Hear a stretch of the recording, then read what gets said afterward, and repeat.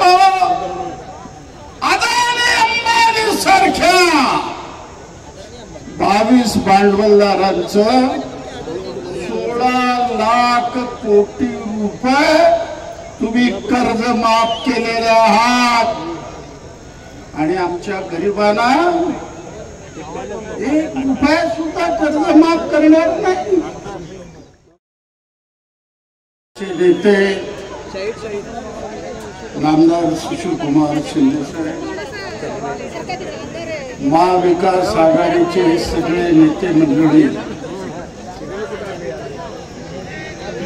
मी गेले 10-12 दिवस बघत आहे, महाराष्ट्रामध्ये भगवं वादळ आलेलं आहे आणि हे वादळ नरेंद्र मोदींना घेऊन गेल्याशिवाय गप्प बसणार नाही। कारण 1984 मध्ये यांचे 2च खासदार होते, शिवसेना प्रमुख बाळासाहेब ठाकरे बरोबर महाराष्ट्रात फिरले आणि आपली ताकद वाढवली। आपली ताकद वाढवल्यानंतर ज्या शिवसेना प्रमुखांनी भारतीय जनता पक्षाला वाढवायला मदत केलं, त्यांच्याच घरातल्या मुख्यमंत्र्याला पाडण्याचं पाप भारतीय जनता पक्षाने केलेला लक्षात ठेवा। आणि महाराष्ट्रातल्या नव्हे, प्रत्येक ठिकाणी भारतीय जनता पक्षाचा बदला घेतल्याशिवाय शिवसैनिक स्वस्थ बसणार नाही, जनता स्वस्थ बसणार नाही। महाविकास आघाडीच्या अधिकृत उमेदवार आदरणीय प्रणितीताई शिंदे यांचं आगमन होत आहे। जोरदार टाळ्यांनी आपण आदरणीय प्रणितीताई शिंदे यांचं व्यासपीठावर स्वागत करूया। आगतम स्वागतम सुस्वागतम। सोलापूरची लेक रणरागिणी, सोलापूर शहराचे लोकसभेच्या अधिकृत उमेदवार आदरणीय प्रणितीताई शिंदे यांचं व्यासपीठावर आगमन झालेलं आहे। आगतम स्वागतम सुस्वागतम, आगतम स्वागतम सुस्वागतम। आदरणीय नरसय्या जानन मास्तर, आपल्याला विनंती, आपण आपलं भाषण पुढे चालू ठेवावं। आज पंतप्रधान मोदी साहेब आले होते, ते रे मध्ये 19 तारखेला चाव्या देण्याकरता आले होते। त्यावेळेला त्यांच्या पुढे मी 3 प्रश्न घातले सोलापूरचे। पहिला प्रश्न घातला त्यांना, 2014 मध्ये होम मैदानावर सभा घेऊन तुम्ही सोलापूरच्या तरुणाला शब्द दिला होता की जे लष्करामध्ये कापड लागेल ते कापड सोलापूरला देऊन इथल्या लाखो लोकांना रोजगार देणार, हे मोदी साहेबांनी 2014 मध्ये सांगितलं। मी त्यांना विचारलं त्यांच्या समक्ष, 2014 मध्ये तुम्ही आम्हाला शब्द दिला साहेब, काय झालं? मी आज त्या लष्कराचा सगळा आकडा काढला, जवळजवळ 37 लाख आपल्या मिलिटरीमध्ये सगळे मिळून संख्या आहे, त्याच्यावर एका अक्षराने बोललं नाही। त्याला दुसरा प्रश्न विचारला मी, 30,000 घराच्या चाव्या द्यायला आला, तो घरामध्ये जाणारा माणूस श्रमिक आहे, सामान्य माणूस आहे, मागासवर्गीय आहे, अल्पसंख्याक आहे, त्याचं घरचं उत्पन्न महिन्याला 7-8 हजार रुपये सुद्धा नाही। त्याला 20 वर्ष 2 लाख रुपये खर्च फेडायला सांगता. मोदी साहेबांना म्हणलं 2 लाख रुपये सबसिडी वाढवून द्या. एका शब्दाने उल्लेख केला नाही. मोदी साहेब या कर्डिक नगरच्या सभेमध्ये तुम्हाला विचारतो, अदानी अंबानी सारख्या 22 भांडवलदारांचं 16 लाख कोटी रुपये तुम्ही कर्ज माफ केलेले आहात आणि आमच्या गरिबांना 1 रुपया सुद्धा कर्ज माफ करणार नाही. त्याला तिसरा प्रश्न विचारला मी, या भारत देशामध्ये असंघटित कामगार ज्याला बाहेर नाहीये, रिटायर झाल्यानंतर त्याला 800 ते 1000 रुपये पेन्शन मिळतं.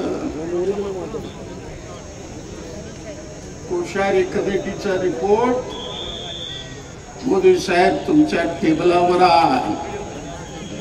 दर महिन्याला 10,000 रुपये त्यांचं पेन्शन आम्ही मागतोय. 10,000 रुपये सोलापूर आहे, हुतात्म्याचं शहर, कामगाराचं शहर. या शहरामध्ये तुम्ही या 10,000 पेन्शन देण्यासंबंधी घोषणा करा. मोदी साहेबांनी एका अक्षराने उल्लेख केलेला आहे. मला मी ठरवलेलं आहे, मोदी साहेब कितीही हेलिकॉप्टर घेऊन या, तुमचा पानिपतीतला कामगार केल्याशिवाय राहणार नाही, लक्षात ठेवा. अरे गद्दाराला 50 कोटी रुपये देऊन उद्धव ठाकरेचं सरकार पाडतं. ज्या कोरोनामध्ये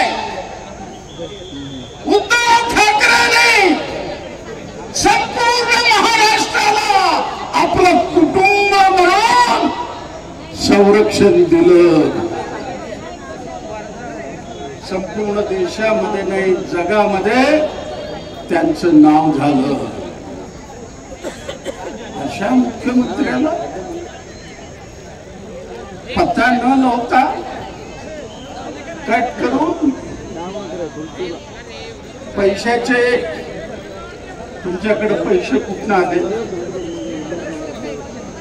कारण मी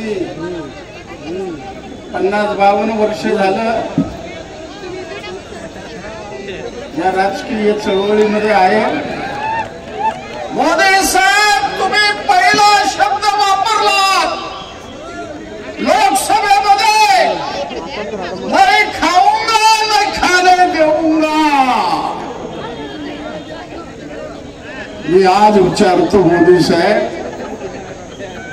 पंतप्रधानकाली फंड असताना पीएम केअर फंड यांनी उभं केलं 12,000 कोटी रुपये. त्या फंडामध्ये जमा झाले. इतकंच नाही, देशातल्या सरकारी कर्मचाऱ्यांनी आपल्या एका दिवसाचं त्या ठिकाणी त्या पीएम केअर फंड मध्ये पैसे गुंतवलं. त्याचा हिशोब कुठं आहे आम्हाला सांगा. आणि तुम्ही हिशोब देणार नसाल, मला विश्वास आहे 4 जूनला मतमोजणी झाल्यानंतर इंडिया आघाडीचं सरकार दिल्लीच्या तख्त्यावर आल्याशिवाय राहणार नाही. आणि मोदी आणि अमित शहा तुमची रवानगी तुरुंगात झाल्याशिवाय इंडिया आघाडी तुम्हाला सोडणार नाही. अरे इलेक्ट्रिक बॉम्बच्या नावावर 3,252 कोटी रुपये मैं खाऊंगा ना खाने दूंगा चंदा दो धंधा लो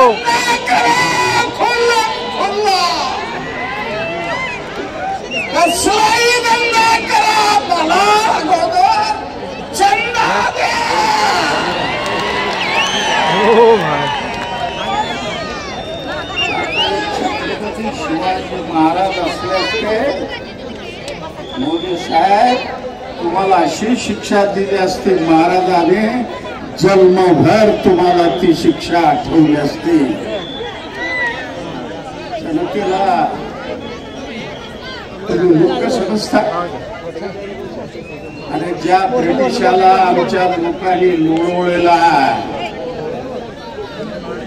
तुम्हाला लोळवायला उशीर लागणार नाही तुम्ही कितीही दडपशाही करा पण महाराष्ट्रात नव्हे देशातली जनता कवळलेली आहे महागाईनं बेकारीनं तुम्ही सांगतात भाव मी 25 कोटी लोकांना गरिबी रेषेच्या वर आणला कुणाला सांगतात पंतप्रधान साहेब शहरी भागामध्ये ज्याचं उत्पन्न 47 रुपये आहे ग्रामीण भागामध्ये ज्याचं उत्पन्न 32 रुपये आहे त्याच्या वर उत्पन्न असेल तो श्रीमंत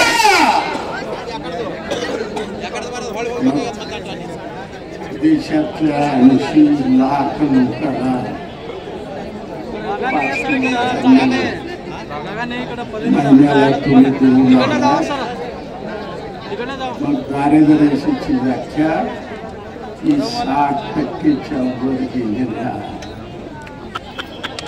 आणि आम्हाला नियमानुसार 35 किलो धान्य मिळालं पाहिजे बरोबर आहे की 5 किलोचा लॉलीपॉप द्यायला आम्हाला देऊ लागला बरोबर आहे देत असताना 6.5 कोटी रेशन कार्ड या 10 वर्षामध्ये मोदी साहेबांनी रहित केलं आणि भारतातल्या श्रमिकांनी सरकारला विचारलं आम्ही 10 कोटी माणसं आहे आम्हाला पिवळं कार्ड द्या मी गेले 2 वर्ष झालेला मुख्यमंत्र्याला भेटलं उपमुख्यमंत्र्याला भेटलो छगन भुजबळला 5 वेळा भेटलो मी म्हणलं सोलापुरामध्ये आमचे दिव्यांग आहे 40%च्या वर आहे त्याला खाली आम्हाला कार्ड पाहिजे 2 वर्ष झालेला एक कार्ड सुद्धा तुम्ही दिव्यांगांना देऊ शकलं नाही तर सामान्य माणसाला काय देणार आज वर्षाला 3 लाख लोकांची मूकबळी चालू आहे कधी